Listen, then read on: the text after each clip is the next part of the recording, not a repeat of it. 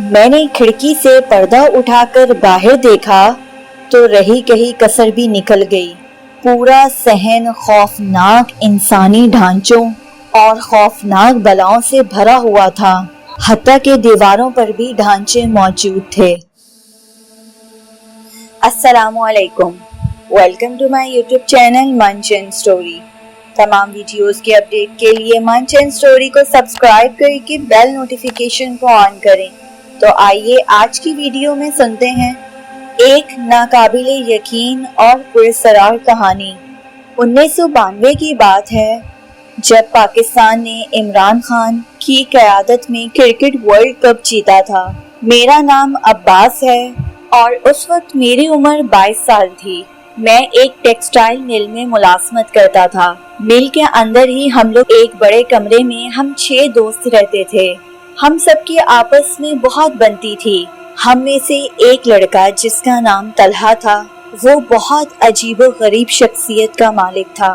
اس کی عمر تقریباً 24 برس تھی۔ جسامت بہت پتلی سی، ناک حد سے زیادہ لمبی اور موٹی اور رنگ سیاہ تھا۔ سب لوگ اس کا مذاق اڑاتے، کبھی کبھار میں بھی ان کے ساتھ شامل ہو جاتا۔ طلحہ بہت اچھا لڑکا تھا، وہ سب کی باتیں سن کر ہنس پڑتا، کسی کی بھی بات کا برا نہ مناتا۔ اس وقت ہم لوگ ایسی عمر کے حصے میں تھے جس میں غلط درست کا کم ہی پتہ چلتا ہے، اسی لیے طلحہ کو چھیڑنے کا موقع ہاتھ سے نہ جانے دیتے۔ ایک دن طلحہ کی عدم موجودگی میں ہم اس کا مذاق اڑا رہے تھے کہ اچانک وہ کمرے میں آ گیا۔ اس وقت میں اس کی ناک کے بارے میں شغلی باتیں کر رہا تھا۔ وہ میری بات سن کر شرمندہ اور پریشان سا ہو گیا تھا۔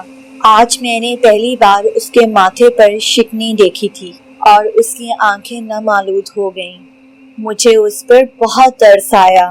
اس نے مجھے غصے میں کہا، عباس تم سب کے ساتھ مل کر میرا مذاق اڑا رہے تھے، تم نے اچھا نہیں کیا۔ اس میں بھلا میرا کیا قصور ہے؟ مجھے تو میرے اللہ نے بنایا ہے نا۔ میں نے باقاعدہ اس سے معافی مانگی مگر اس کا موڈ ٹھیک نہ ہوا۔ پھر میں نے مکمل طور پر اس سے مذاق کرنا چھوڑ دیا اور دوستوں کو باز رہنے کی تلقین کرتا رہا۔ جب میں چھٹی پر اپنے گھر واپس گیا، میں نے اپنے گھر بلانے کی طلحہ کو دعوت دی۔ جب وہ میرے گھر آیا تو میں نے اس کی بہت خدمت کی، لیکن یہ سب کرنے کے باوجود میں ناکام رہا۔ کچھ دنوں بعد وہ ملازمت چھوڑ گیا۔ اس کے بعد میرا اس سے رابطہ کٹ گیا۔ میں یہ تو جانتا تھا کہ اس کا تعلق ایک ریگستان کے علاقے سے تھا، مگر میں اس کے گھر کے مکمل ایڈریس سے لاعلم تھا۔ اور پھر میری ملازمت بھی محکمہ موقاف میں ہو گئی اور پھر میں نے فیکٹری چھوڑ دی۔ وقت گزرتا رہا، دیگر دوستوں سے رابطہ نہ ہونے کی وجہ سے تقریباً بھول گیا۔ 2009 میں جب پاکستان T20 ورلڈ کپ جیتا، اس کے کچھ دن بعد مجھے ڈاکیا ایک خط دے گیا جسے پڑھ کر مجھے بہت خوشی ہوئی، کیونکہ یہ خط طلحہ نے ہی لکھا تھا۔ اس نے خط میں اپنے گھر دعوت پر مدعو کیا تھا۔ اس نے مکمل ایڈریس لکھا تھا، البتہ اس پر موبائل نمبر لکھنا بھول گیا تھا یا پھر اس کے پاس موبائل تھا ہی نہیں۔ میں حیران ہوا کہ اتنے عرصے کے بعد بھی اس کو میرے گھر کا ایڈریس یاد رہا۔ دھیرے دھیرے وقت گزرتا رہا اور مصروفیات کی وجہ سے میں اس کے خط کا جواب نہیں دے پایا یا جان بوجھ کر اس کو کوئی اہمیت نہ دی۔ تقریباً 2 ماہ بعد اس کا دوبارہ خط ملا جس میں گلے شکوے شامل تھے اور اب بھرپور الفاظ میں اس نے اپنے گھر آنے کی دعوت دی تھی۔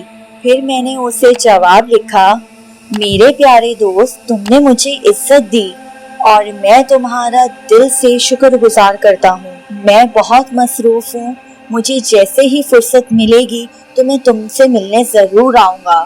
میں پھر اپنے کاموں میں مصروف ہو گیا اور ویسے بھی طلحہ کا علاقہ میرے گاؤں سے بہت دور تھا۔ سچی بات تو یہ تھی کہ میرا دل بھی نہیں کرتا تھا کہ میں ریگستان جیسے علاقے میں جاؤں، مگر طلحہ مجھے مسلسل خطوط لکھتا رہا۔ پھر میں نے سوچا کہ اگر وہ مجھے اتنی محبت سے بلا رہا ہے تو مجھے اس کا دل نہیں توڑنا چاہیے، اسی لیے میں جانے کے لیے تیار ہو گیا۔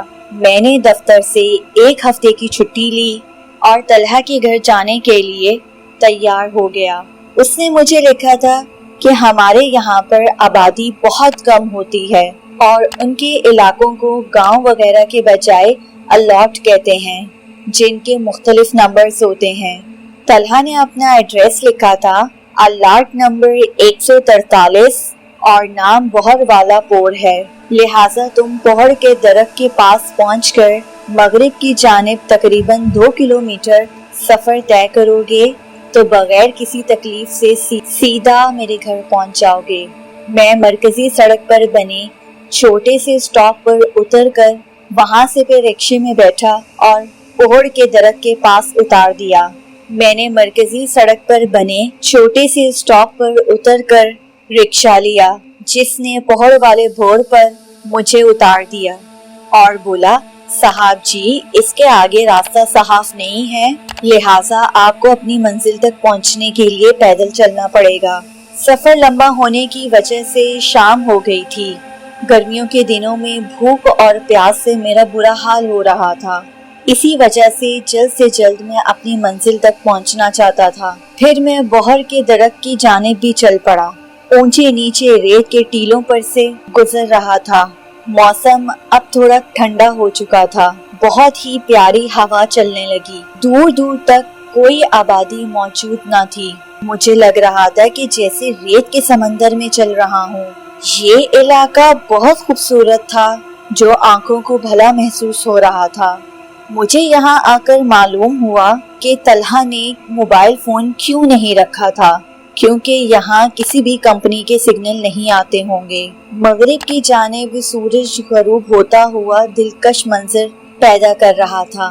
میں جلدی قدم بڑھانے لگا اور آخر کار طلحہ کے گھر کے سامنے پہنچ ہی گیا۔ اس سارے علاقے میں صرف ایک ہی مکان موجود تھا، باقی دور دور تک ویرانہ تھا۔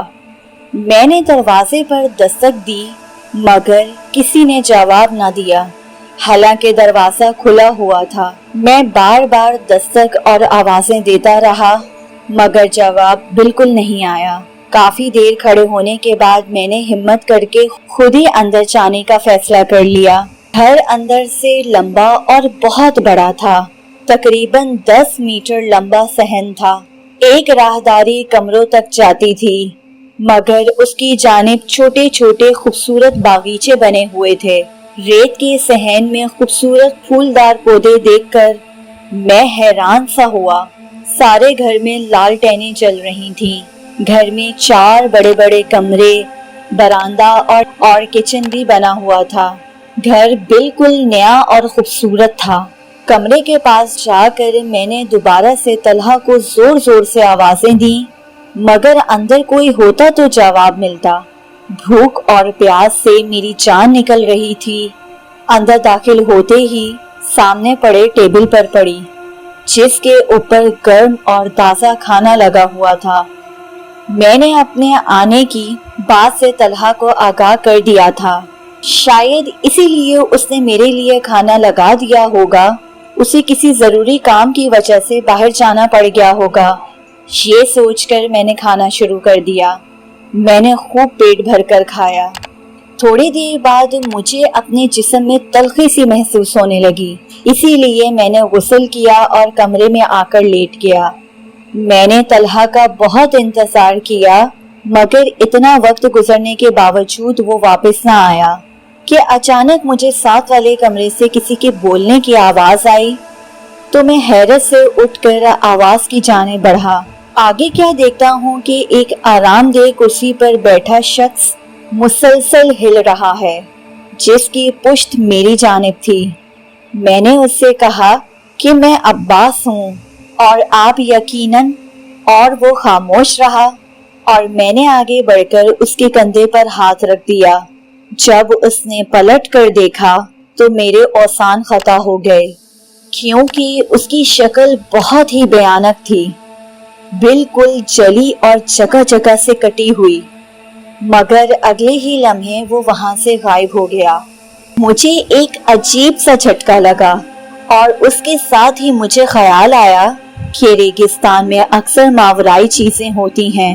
میں اندر سے بہت زیادہ سہم گیا تھا۔ گرمی کی شدت کی وجہ سے میں صحن میں چہل قدمی کرنے لگا کہ اچانک راہدارے کی بائیں طرف سے ریت اڑنے لگی، جسے میں حیرانگی سے دیکھنے لگا۔ پھر ریت اوپر کی طرف ابھرنے لگی۔ دیکھتے ہی دیکھتے وہاں سے بہت بڑی بد شکل کی بلا نکلی اور مجھ پر غرا کر دوبارہ اسی جگہ سما گئی۔ میں نے خوف زدہ ہو کر باہر کو دوڑ لگا دی۔ دروازہ کھولا تو سامنے کا منظر میرے لیے کسی عذاب سے کم نہ تھا۔ دروازے کے سامنے تھوڑے ہی فاصلے پر بہت سے ڈھانچے ہاتھوں میں تلواریں اٹھائے میری جانب بڑھنے لگے۔ چاند کی چاندنی بھی اس دن عروج پر تھی۔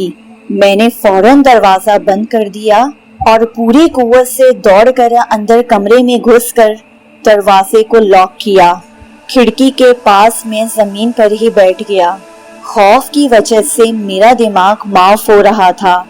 میرے دل کی دھڑکن تیز ہونے لگی۔ ایسا محسوس ہونے لگا کہ میرا دل پھٹ جائے گا۔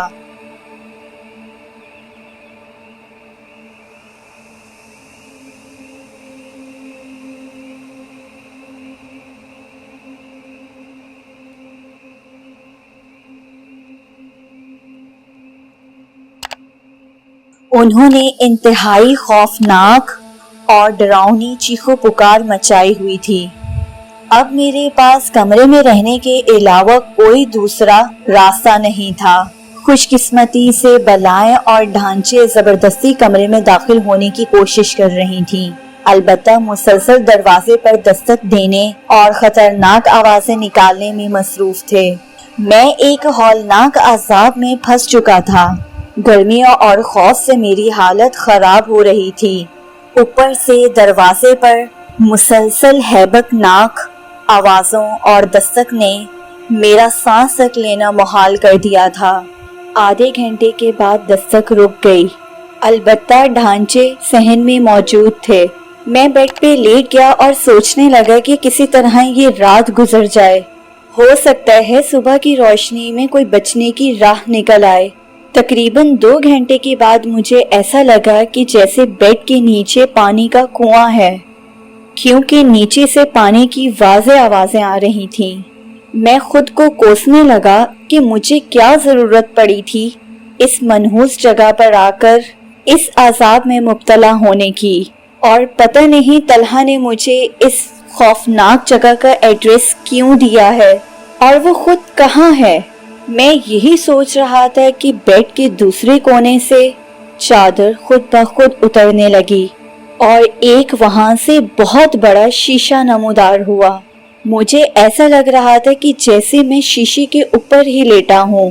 اس کے نیچے بہت خطرناک اور ڈراؤنی بلا بے چینی سے باہر نکلنے کی کوشش کر رہی ہے۔